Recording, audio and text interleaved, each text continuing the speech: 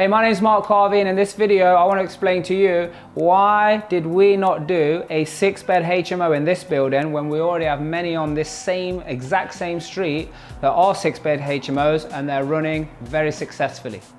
Hey, so right now we are in here and I want you to stay tuned to get all the steps of the process of how we acquired this property, how we financed this property, and then what we're gonna do to it, and then what is our exit on the back end in terms of our investment funds. So this particular property is actually, we own the one next door and we own many on this street already, and the one next door, we were doing the work and the wonderful gentleman that lived in this property, he had a terminal illness. And we took care of it, we always make sure we take care of the neighbors. I would strongly suggest that if you're doing any projects anywhere, you take care of the neighbors, make sure they understand what it is you're doing. Because most property investors, they want to hide it away from them. They don't want to do it in case someone objects.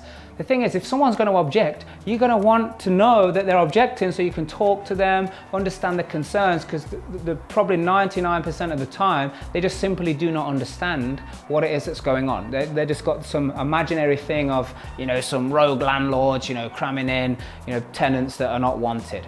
So you've got to make sure you take care of them. And in doing so, he actually then requested that his children, when he had passed on, sell his property to us. So everybody's a winner in that scenario. So here's the thing. Once that happened, we already have one next door and we got 6-bed double ensuite HMO. We rent out very well, cash flows very nicely, and we're able to pull out of our money. So why have we not done the same here when we already done many others on there as well? Why? It's because the first reason is we wanted to diversify.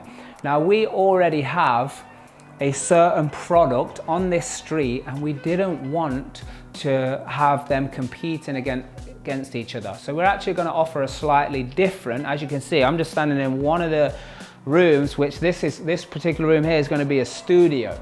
Yeah, what's the difference between a studio? A studio is it's going to have its own amenities, its own kitchen, like little kitchenette style, where they can cook, where they can have their sink, their wash basin, as well as you can see here, a very sizable ensuite as well. We was contemplating keeping this wallpaper, but it kind of just didn't fit in with our current design. So we're not doing that. As you can see, we take out the chimney breast all the way up as well, here and there, so we get more space.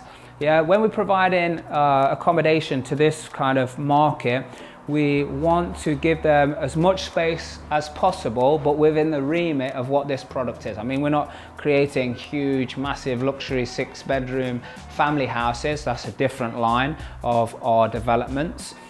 Subscribe to the YouTube channel and check out our other videos. But in this particular one, we just want to give them the space, so we're a notch above the rest. Funny enough, we're going to be a notch above our other products on this street, but there is always room for that diversity. So here's a first studio here.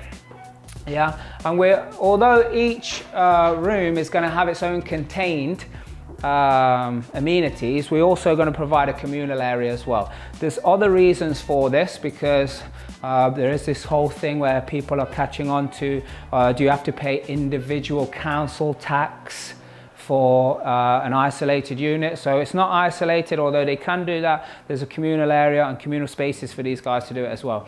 Now, just like next door, we've extended out here. So this is kind of blocked off here at the moment. But this is going to be another studio and another ensuite and all the kitchen amenities in here.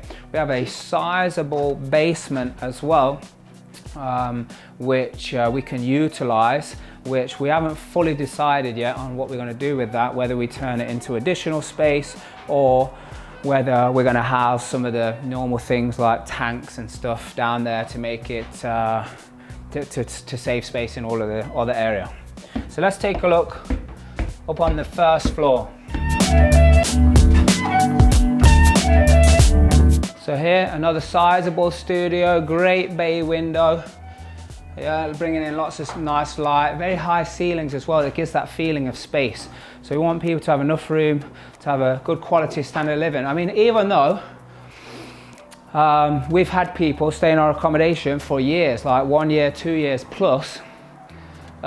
Normally, the market for this type of accommodation are people, it's more temporary, you know, like stop gaps, people are working away, people have, they're coming here, they just want to be closer, it's all about the location.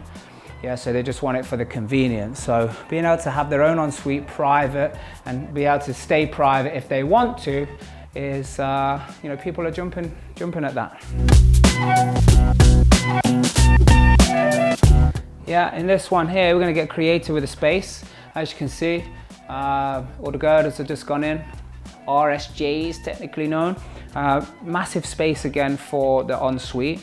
A space here, and we're actually going to be utilizing the old bathroom. This is the old bathroom here, and we're going to be utilizing this space to extend for that other studio up here. So why are we not doing 6? We're actually choosing to do 5 studios here. One of our main strategies is to be able to buy a property, refurbish it, and then refinance it.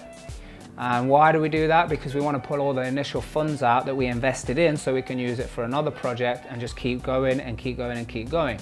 So another reason that we are doing 5 studios is because of the rent we'll be able to get for this whole property.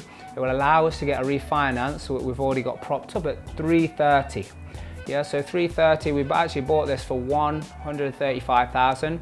The build cost initially, because I got a little bomb that dropped on us, but initially it was 90,000.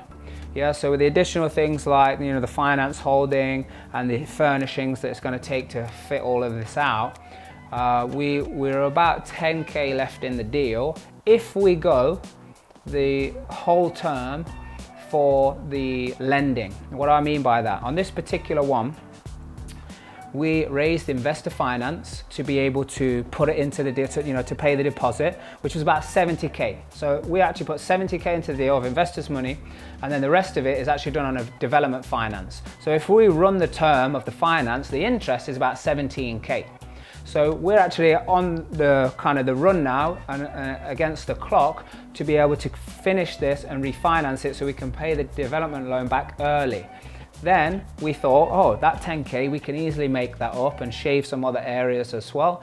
And then with the increased cash flow, which by the way, the cash flow on this is going to be about £1,800 when fully rented. Like, we stress tested it with voids and taking extra out for maintenance and other expenses, which on our still stress tested is about £1,200 a month. Now, that if there is any money left in, we thought, okay, that cash flow will quickly do it. But then once we started the rip out, we realized that all of the walls, all of the ceilings were full of asbestos. So we actually had another £8,000 worth of cost plus a 2-week delay because works had to stop. So 2-week delay, 8k extra. So now rather than 10k left in on our initial numbers, now there's 18k left in it. So it just goes to show that stress testing it and having a way to be able to get the money back out of the deal, if that's what we plan to do, by shortening the amount of time. So now by knowing our numbers, we can now put more resource and more time and more energy into completing the project, and we can get tighter and spend more time making sure that from the point of the build finishing and the furnishings going in and the valuer coming back in to refinance it all happens really close together to shorten that time. Every month that we can save, every week that we can save is going to reduce that interest and reduce the amount of money that's left in the deal. But yeah, to have an asset worth well over £250,000 cash flowing, nearly £2,000 a month, if it takes even 10 months to pay down that money, that's cool. The rate that we're getting the money for is splendid. And this is what we want to do. For the people who have money sitting in the bank, we want to be able to provide them a good, solid return backed by projects like this.